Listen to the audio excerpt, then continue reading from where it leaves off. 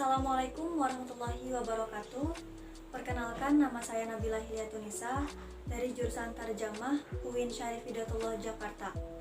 Di sini saya akan menjelaskan tentang pembentukan kata, di mana dalam bahasa Arab pembentukan kata disebut sebagai bina al-kalimah. Pembentukan kata terbentuk melalui proses penggabungan dua kata ataupun lebih. Selain itu, pembentukan kata mengalami 7 perpaduan. Di antaranya yaitu ada afiksasi, yang kedua ada pemajemukan, yang ketiga ada akronim, yang keempat ada pembentukan susut, yang kelima ada abreviasi, yang keenam ada paduan, dan yang ketujuh ada pemenggalan. Dari pendapat ahli linguistik, Abdul Chair mengenai hakikat kata, menurut hemat saya, kata merupakan satuan terbesar yang terbentuk dari beberapa objek kajian morfologi sebelumnya. Apa sih afiksasi itu, teman-teman? Afiksasi adalah proses pembubuhan afiks pada suatu satuan, baik satuan itu bentuk tunggal maupun bentuk kompleks, untuk membentuk kata. Misalnya pembentukan afiks pada kata berjalan dengan kata utamanya jalan. Masuk ke pembahasan yang pertama, yaitu afiksasi atau affixation. Dalam bahasa Arab bisa juga disebut sebagai idhofah al-jawaid. Nah, menurut beberapa para ahli linguistik seperti Matthaus, mendefinisikan afiks sebagai unsur apapun yang ada pada struktur morfologis yang ada pada kata dan bukan berupa akar. Adapun menurut Robbins, afiksasi adalah istilah umum yang mengacu kepada morfem formatif yang bukan berupa akar dan muncul berulang dalam kata. Sederhananya merupakan morfem terikat yang selalu menempel pada kata dasar. Itulah afiksasi. Selain itu, afiksasi dapat dilakukan penambahan yang dilakukan di depan kata, di belakang kata, di sisipan kata, di belakang dan di depan kata secara bersamaan, sebagai vokal di tengah kata, dan sebagai unsur perangkai kata. Nah, imbuhan yang dilakukan di depan kata disebut sebagai prefiks. Imbuhan yang dilakukan di belakang kata disebut sebagai sufiks. Dan imbuhan yang dilakukan di tengah kata disebut sebagai infiks. Dan imbuhan yang dilakukan di depan dan di belakang kata secara bersamaan disebut sebagai konfiks. Yang sebagai vokal di tengah kata disebut sebagai transfiks, dan sebagai unsur perangkai kata disebut sebagai interfiks. Begitu. Nah, selain itu afiksasi juga mengalami pengubahan, yaitu ada dua pengubahan. Yang pertama ada pengubahan gramatikal dan ada pengubahan leksikal. Pengubahan gramatikal disebut sebagai gejala infleksi, dan pengubahan leksikal disebut sebagai gejala derivasi. Gejala infleksi ini adalah suatu proses perubahan pada suatu kata yang mempengaruhi arti makna, sedangkan gejala derivasi adalah gejala suatu proses perubahan yang dilakukan secara berturut-turut, seperti itu. Adapun contoh imbuhan atau penambahan yang dilakukan di depan kata yang disebut sebagai prefiks, yaitu contohnya pada pengubahan gramatikal. Contoh katanya yaitu adalah contoh kata rokoda yang artinya tidur. Ketika ditambahkan huruf ya di depan kata menjadi yarkud yang artinya dia sedang tidur. Begitulah perubahan maknanya. Yang kedua yaitu pengubahan leksikalnya. Contoh katanya yaitu jalasa yang artinya duduk. Ketika ditambahkan huruf ma di depan kata menjadi majelis, maka artinya tempat duduk. Begitu juga pengubahan leksikalnya. Seperti itu. Contoh penambahan yang dilakukan di belakang kata yang disebut sebagai sufiks, yaitu contoh katanya adalah fahima. Fahima, jika dilakukan penambahan kata di akhir kata huruf tu, maka menjadi fahim tu, yang artinya aku paham, seperti itu. Pengubahan leksikalnya pada penambahan di belakang yaitu contoh katanya rozako, yang artinya rezeki. Ketika kita penambahkan huruf un di akhir kata menjadi rizkun, maka artinya memberi rezeki, seperti itu. Lanjut kepada penambahan yang dilakukan di tengah kata, yaitu yang disebut sebagai infiks. Nah, infiks ini dilakukan penambahan di tengah kata. Contoh katanya pada pengubahan gramatikal yaitu kata masjid. Dilakukan penambahan huruf a di tengah kata menjadi masajid, maka artinya masjid-masjid, seperti itu. Lanjut pada pengubahan leksikalnya, huruf yang di tengah kata, yaitu kata jama yang artinya mengumpulkan. Jika kita tambahkan huruf ta di tengah kata menjadi ijtama, maka maknanya pun berubah menjadi berkumpul, seperti itu.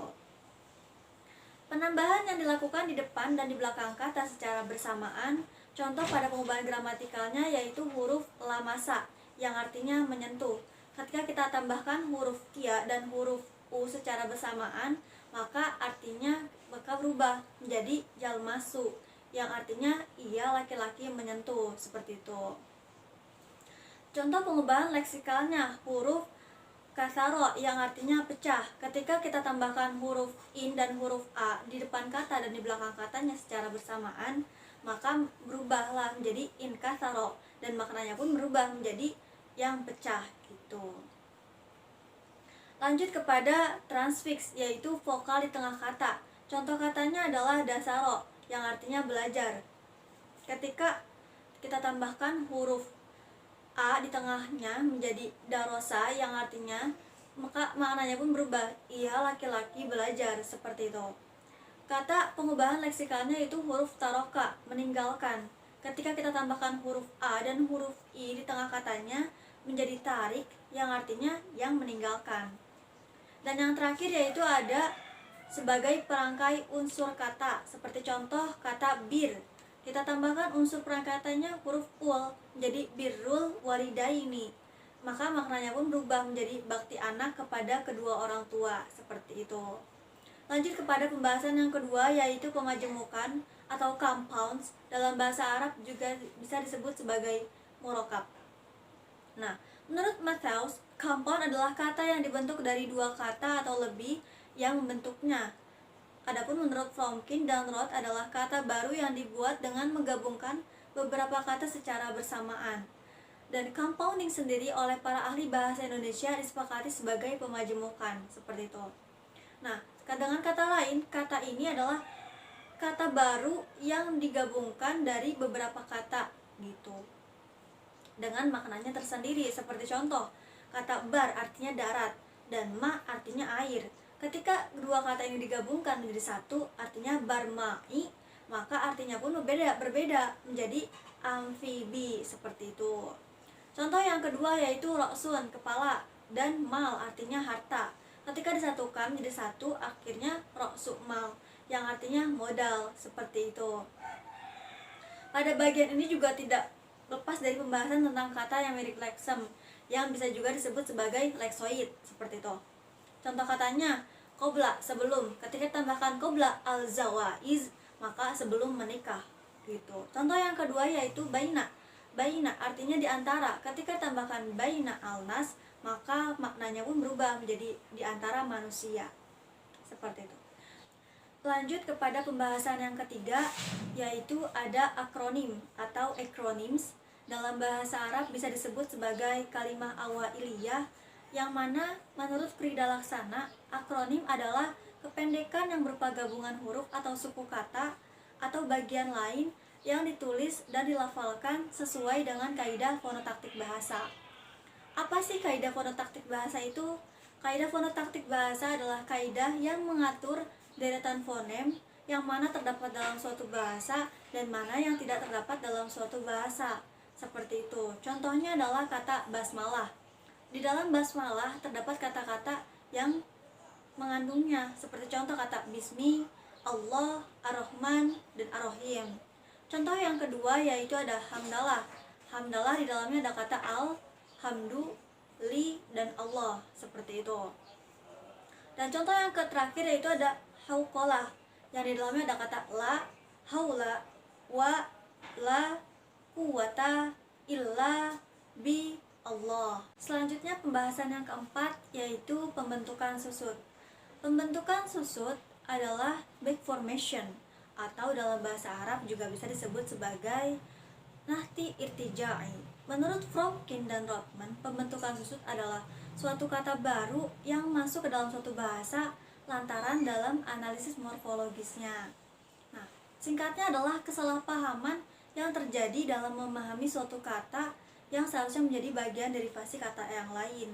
Seperti contoh kata tilfaz yang memiliki makna televisi, dianggap berasal dari kata tilviziyun yang juga memiliki makna televisi, seperti itu. Contoh yang kedua yaitu kata bahlul. Kata bahlul merupakan pelawak atau badut yang dianggap berhubungan dengan kata bahil yang artinya pengangguran. Padahal yang seharusnya bukanlah bahlul tetapi buhlul gitu. Contoh yang ketiga yaitu ada kata bakoroh. Bakoroh yang dianggap sebagai bentuk feminim dari kata bakor yang artinya sapi. Padahal bakoroh itu berkategori nomina yang artinya satu sapi, baik itu jantan maupun betina. Lanjut kepada pembahasan yang kelima, yaitu ada abreviasi atau abbreviation. Dalam bahasa Arab bisa juga disebut sebagai ikhtisar kitabi. Di mana ikhtisar kitabi ini atau abreviasi ini menurut Fromkin dan Rothman adalah suatu kata atau frasa yang panjang yang dileksikalisasi. Singkatnya, menurut pendapat Al-Huli adalah menyebutkan sebagian huruf atau beberapa bagian klausa untuk mewakili kata yang lebih panjang. Bisa juga abreviasi ini disebut sebagai singkatan, seperti contoh kata ilah yang seharusnya adalah abreviasi dari ila akhirihi, seperti itu. Lanjut kepada pembahasan yang keenam, yaitu ada paduan atau blends. Dalam bahasa Arab bisa juga disebut sebagai kalimah manhutah. Kalimah manhutah ini atau paduan ini didefinisikan oleh Krida Laksana menjadi dua definisi. Yang pertama yaitu adalah hasil penggabungan dari beberapa morfem menjadi suatu kata yang padat. Yang kedua adalah suatu kata yang diciptakan dari kata-kata yang sudah ada. Seperti contoh kata sol'am. Kata sol'am merupakan beberapa paduan dari kata-kata sallallahu alaihi wasallam yang mana memiliki makna keselamatan dari Allah untuk Nabi Muhammad sallallahu alaihi wasallam, seperti itu. Lanjut kepada pembahasan yang terakhir, yaitu pembahasan yang ketujuh tentang pemenggalan. Pemenggalan atau clipping dalam bahasa Arabnya juga bisa disebut sebagai tarhim, di mana pemenggalan ini didefinisikan oleh Krida Laksana sebagai suatu proses pemendekan yang mengekalkan salah satu bagian dari leksem. Nah, definisi ini juga dikemukakan oleh tarhim. Menurutnya adalah pemendekan kata dengan membuang bagian dari kata-kata tersebut. Tetapi pemendekan ini tidak mempengaruhi maknanya. Seperti contoh kata sohi, kemudian dipendekkan menjadi kata soh yang artinya benar. Contoh yang kedua yaitu adalah contoh kata faksimilia yang kemudian dipendekkan menjadi kata faks, seperti itu. Mungkin itu saja penjelasan yang saya bisa sampaikan tentang pembentukan kata. Kurang lebihnya saya mohon maaf. Wabillahi taufiq wal hidayah, waridha wal inayah. Wassalamualaikum warahmatullahi wabarakatuh.